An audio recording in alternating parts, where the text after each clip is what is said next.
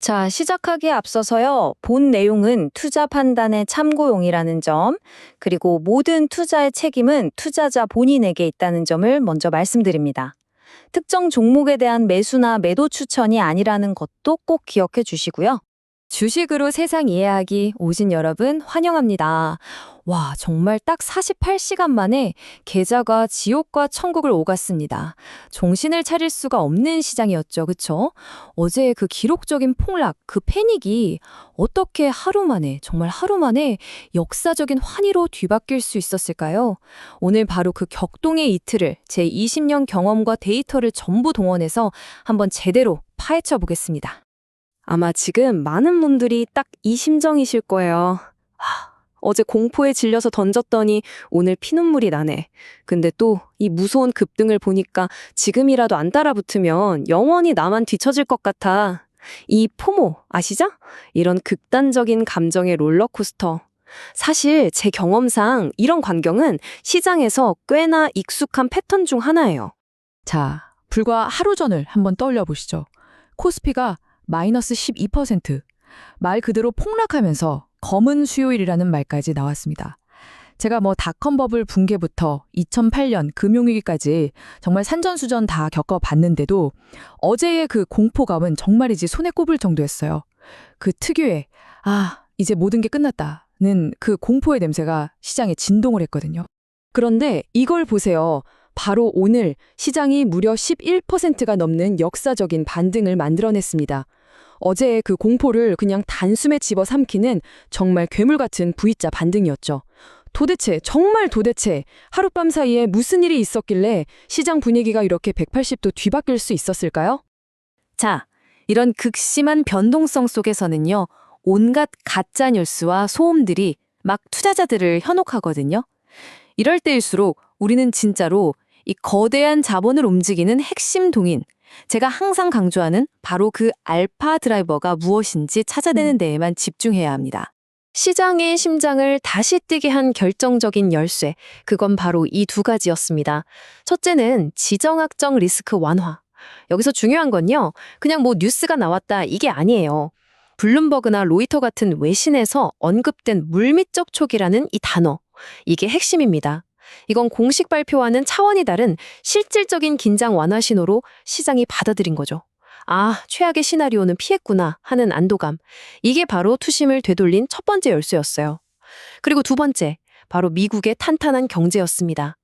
간밤에 발표된 서비스 지수나 민간 고용 데이터 이게 전부 예상을 훌쩍 뛰어넘었거든요.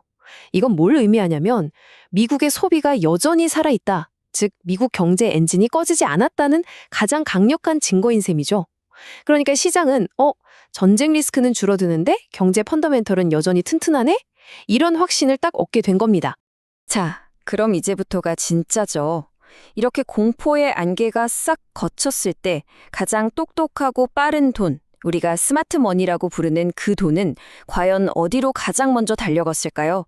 바로 이 돈의 흐름을 추적하는 것, 이게 시장의 진짜 속내를 읽는 가장 확실한 방법입니다. 이 시장의 혈류를 한번 부검해 본다고 생각해보죠. 흐름이 아주 명확하게 드러납니다. 바로 어제까지만 해도 전쟁의 공포를 먹고 자라던 방위산업, 정유주 같은 소위 리스크 오프 자산에서 자금이 썰물처럼 빠져나갔어요.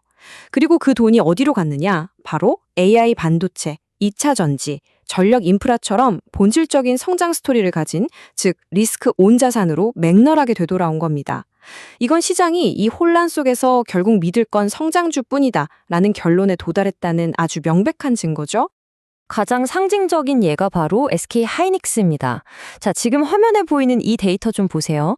불과 하루 전 외국인들이 2천억 원을 내다 팔면서 패닉에 동참했단 말이죠. 그런데 오늘 지정학적 리스크가 거치자마자 얼마를 샀다고요? 무려 8천억 원을 순매수하면서 태도를 180도 바꿔버렸습니다. 이건 그냥 단순한 자금 이동이 아니에요. 이건 단 하루 만에 패닉에서 확신으로 돌아선 AI라는 핵심 성장 스토리에 대한 시장의 가장 강력한 신뢰 투표라고 봐야 합니다. 그중에서도 오늘 시장의 진짜 주인공 단연 한미반도체였죠.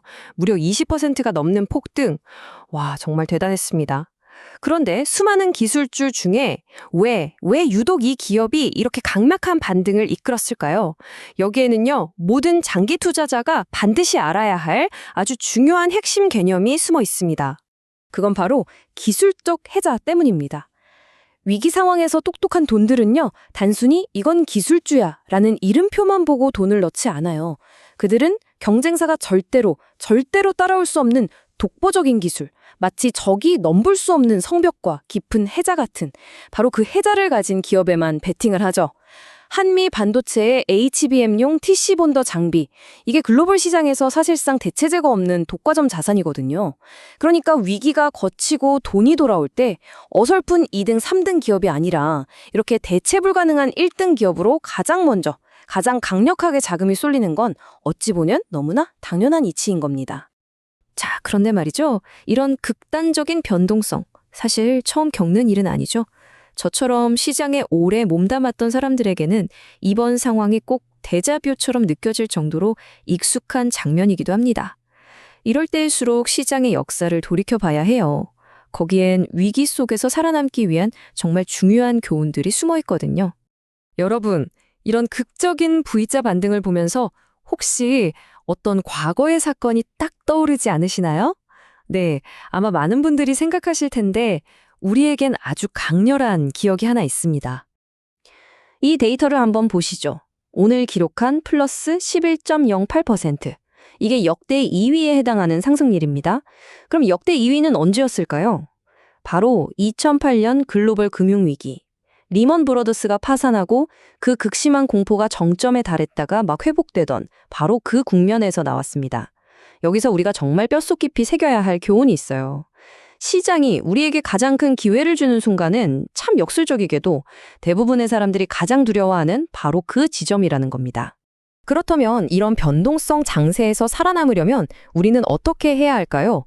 제 20년 경험을 딱 압축해서 3가지 원칙으로 정리해 드릴게요.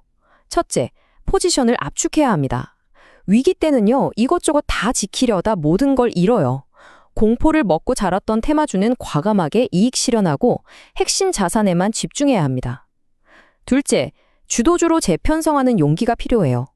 그렇게 확보한 현금으로 어설픈 종목이 아니라 아까 말씀드린 기술적 해자를 가진 진짜 주도주, 즉 시장이 다시 일어설 때 가장 먼저 달려나갈 발로 갈아타야 한다는 거죠. 그리고 마지막으로 이게 제일 중요한데 바로 현금이라는 완충제를 확보하는 겁니다. 포트폴리오의 최소 20-30%는 현금으로 쥐고 있어야 어제 같은 공포가 또 찾아왔을 때 그걸 두려움이 아니라 기회로 잡을 수 있으니까요. 자, 좋습니다. 그럼 이 험난한 파도를 넘어 살아남은 우리. 이제 뭘 해야 할까요? 진단은 끝났으니 이제 처방전을 이야기해 볼 시간이죠. 앞으로의 투자 전략에 대해 제 스탠스를 아주 명확하게 정해드리겠습니다. 지금 제 스탠스는 한마디로 신중한 낙관론입니다. 오늘 폭등했다고 버스 떠난다 하면서 FOMO에 휩쓸려 추격 매수하는 거, 이게 지금 가장 위험한 행동이에요. 지금은 흥분해서 베팅할 때가 아니라 아주 차분하게 내 포트폴리오에 있는 종목들이 진짜 해자를 가졌는지 다시 한번 점검하고 포트폴리오의 질을 높이는 데 집중할 때입니다. 특히 환율, 아직 불안정하죠? 최소한 원달러 환율이 1,450원 아래로 안정되는 걸 보기 전까지는요, 절대 급하게 생각하지 마시고 철저하게 분할로 접근하는 게 정석입니다. 이걸 포트폴리오로 그려보면 딱 이렇게 정리할 수 있겠습니다. 전체 자산의 한 70% 정도는 말씀드린 대로 기술적 해자를 가진 AI, 반도체, 인프라 같은 핵심 성장주에 집중하는 겁니다. 그리고 나머지 30%는요, 반드시 현금이나 단기 채권으로 보유하면서 다음에 올지 모를 기회와 리스크에 동시에 대비하는 전략. 이게 지금으로서는 가장 현명한 선택으로 보입니다. 오늘 분석의 핵심을 딱 한 문장으로 요약해 드릴게요. 결국 주식시장은 미래를 맞추는 예측의 영역이 아닙니다. 어떤 상황이 닥치더라도 살아남고 그 상황에 맞춰서 현명하게 대응해 나가는 바로 생존의 무대라는 점, 이것만큼은 절대로 잊지 마시기 바랍니다. 네, 오늘 이 격동의 48시간에 대한 분석이 여러분의 투자 프레임워크를 한 단계 더 단단하게 만드는데 조금이나마 도움이 되었길 바랍니다. 앞으로도 이렇게 시장의 본질을 꿰뚫는 깊이 있는 분석으로 찾아뵙겠습니다. 구독과 좋아요는 저에게 정말 큰 힘이 되거든요. 알림 설정도 잊지 마시고요.